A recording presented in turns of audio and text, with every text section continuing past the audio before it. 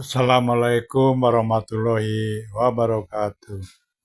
Saudara saya sekalian, bicara tentang si monyet Rizik Syihab ini nggak ada habis-habisnya. Dari 3 tahun terakhir ini, si Rizik Syihab ini selalu aja memusuhi kita, menghina kita, mengadu domba kita, menjelek-jelekan pemerintahan kita, mengancam negara kita, menantang perang pribumi. Ini mereka si Rizik Syihab ini, si monyet Rizik Syihab ini seolah-olah dia itu merasa paling hebat. Tidak ada yang berani, seolah-olah begitu. Aslinya sih dia nggak ada nyalinya. Dia ngomong begitu, war-war begitu kan karena di depan muhibinnya. Ya, dikerubungi oleh para muhibinnya. Coba ngomong sendirian ya di suatu kota lain bukan di Jakarta. Sudah jadi rempeyek itu. Jadi peyek itu, jadi tepung itu diinjak-injak pribumi itu. Mulutnya kotor sekali. Dia mengaku cucu Nabi, mengaku imam besar, tapi ternyata bukan cucu Nabi. Tapi ternyata cuma imam unyil, penyok. Ya, mulutnya kotor sekali, tidak pantas kalau jadi cucu Nabi, tidak pantas. Tidak pantas kalau durian Nabi, tidak pantas. Konon cerita orang yang tahu tentang nasab ini, jangankan cucu Nabi, orang Arab pun bukan, ya. DNA-nya itu adalah G, yaitu keturunan Yahudi Askenazi. Makanya perangainya itu kasar, sangar, kejam, bengis. Kalau Rizik Syihab hidup di zaman Nabi, paling dia itu satu gerombolan dengan Abu Jahal ini, Abu Lahab ini. Satu geng dengan Abu Jahal ini.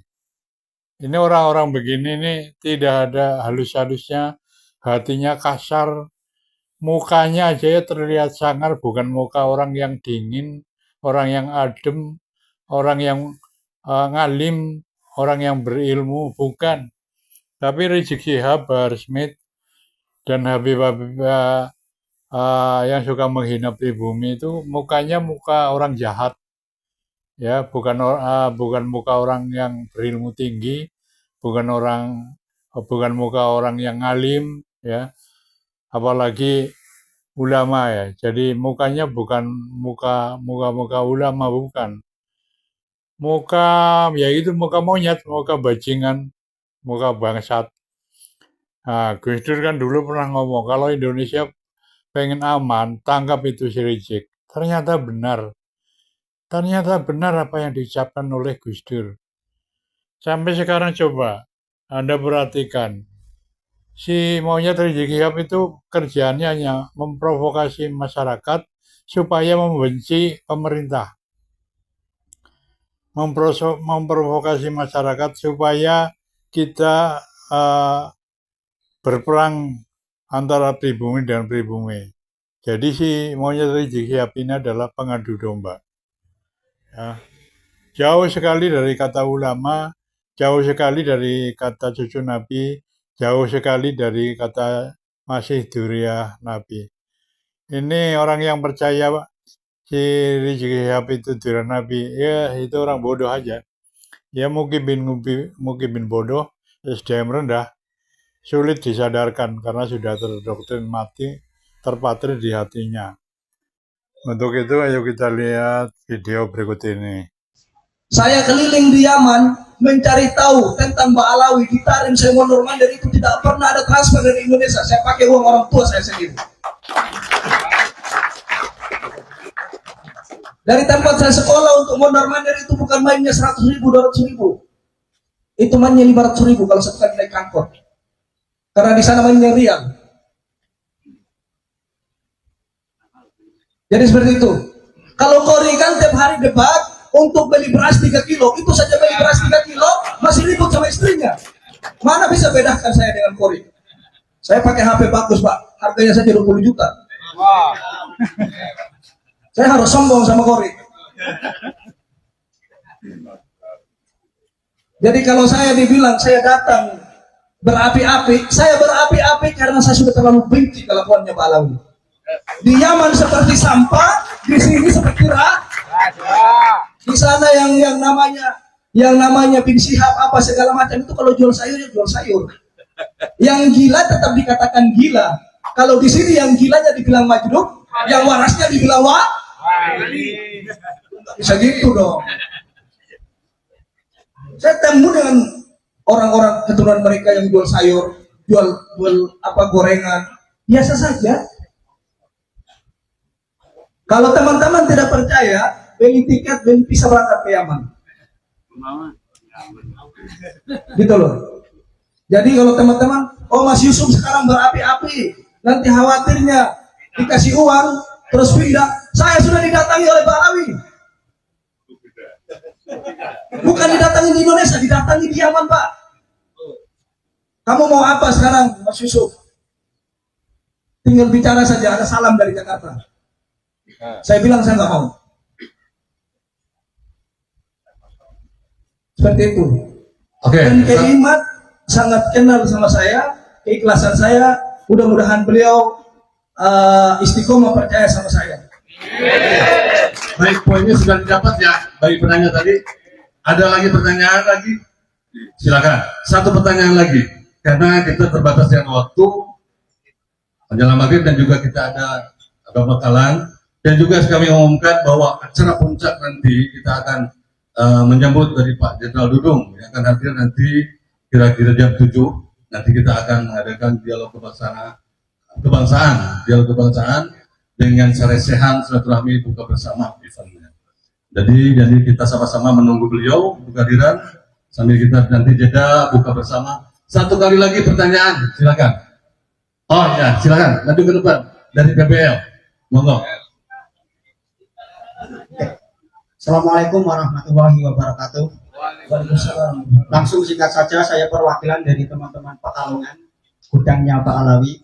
Pertanyaannya gini, seberapa tidak dihargainya Pak Alawi di Yaman dan seberapa dihargainya Pak Alawi di Indonesia, dan kenapa alasannya seperti itu? Singkat, padat, supaya masyarakat tahu, karena masuk ke PBL official. Oke, silakan. Di Yaman itu memang pernah ada yang namanya dawir. Tapi di tahun 2000, di tahun 1990 sampai ke atas dan seterusnya sampai tahun 2000 itu pernah ada dawir, pernah ada pembodohan yang dilakukan seperti yang ada di Indonesia. Dan saya punya videonya, kalau mau nonton saya kasih tonton di sini. Saya wawancari orang-orang Badui, didatangin di atas gunung mintain kambingnya, nggak usah sholat nggak apa-apa, yang penting kalian muliakan durian Nabi. Setelah Ali Abdullah Soleh mengambil Yaman itu dijadikan satu selatan dan utara, maka runtuhlah mereka punya kekuatan. Jadi kalau bertanya, Pak Alawi di Yaman kok bisa tidak terkenal? Memang tidak terkenal. Di sana itu tidak ada yang namanya Robitu Alawiyah atau Alawiyah, nggak ada. Yang ada di sana itu ya bin Hafid, terus bin Syihab, terus apalagi Al-Juhri, apalagi itu pemimpin-pemimpin Al-Atos, orang komunis semua. Jadi di sana itu nggak ada apa-apanya. Umar bin Hafid sendiri itu hanya berkuasa di dalam pondoknya. Yang lebih lucunya, orang Nusantara lah yang mengiklankan Yaman sampai sedemikian populer sekarang yang kita lihat ini. Gitu loh. Seperti bilang di Tarim tidak ada aspal lah. Saya punya videonya, saya lihat di TikTok. Ini aspal. Mana yang sekolah SD ke luar negeri itu? Saya punya semua buktinya. Walaupun nyawa saya terancam di sana. Jadi gitu. Jadi kalau teman-teman melihat di Yaman yang kenyataan yang sebenarnya, mudah-mudahan Allah Subhanahu wa taala memberi hidayah teman-teman kita yang belajar di Yaman agar mereka jujur kepada Allah dan jujur kepada negeri mereka, bukan yang sebenarnya yang ada di Yaman. Gak ada main perasaan mentang-mentang guru tutup kedustaan yang ada di Yaman. Itu nggak boleh.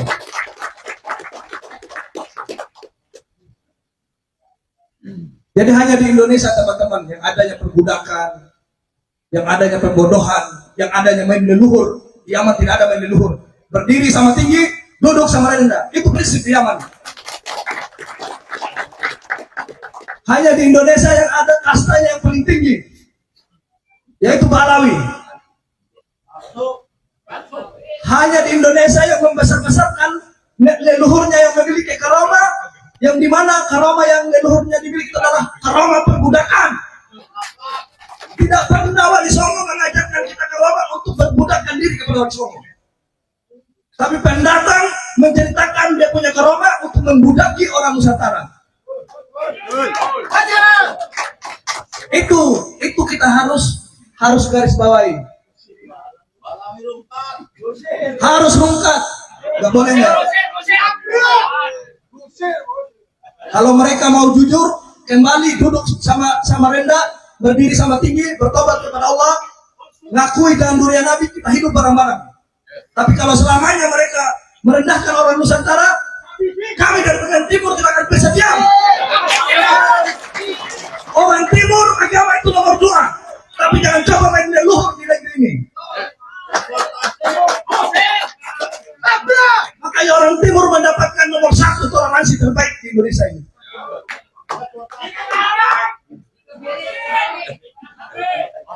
Coba datang ke timur, kamu bawa leluhurmu. Kalau kamu memang jantan, kalau kamu punya nyali datang ke timur, saya punya leluhur tinggi, sembah leluhur saya. Kalau lehermu tidak hilang kemana-mana.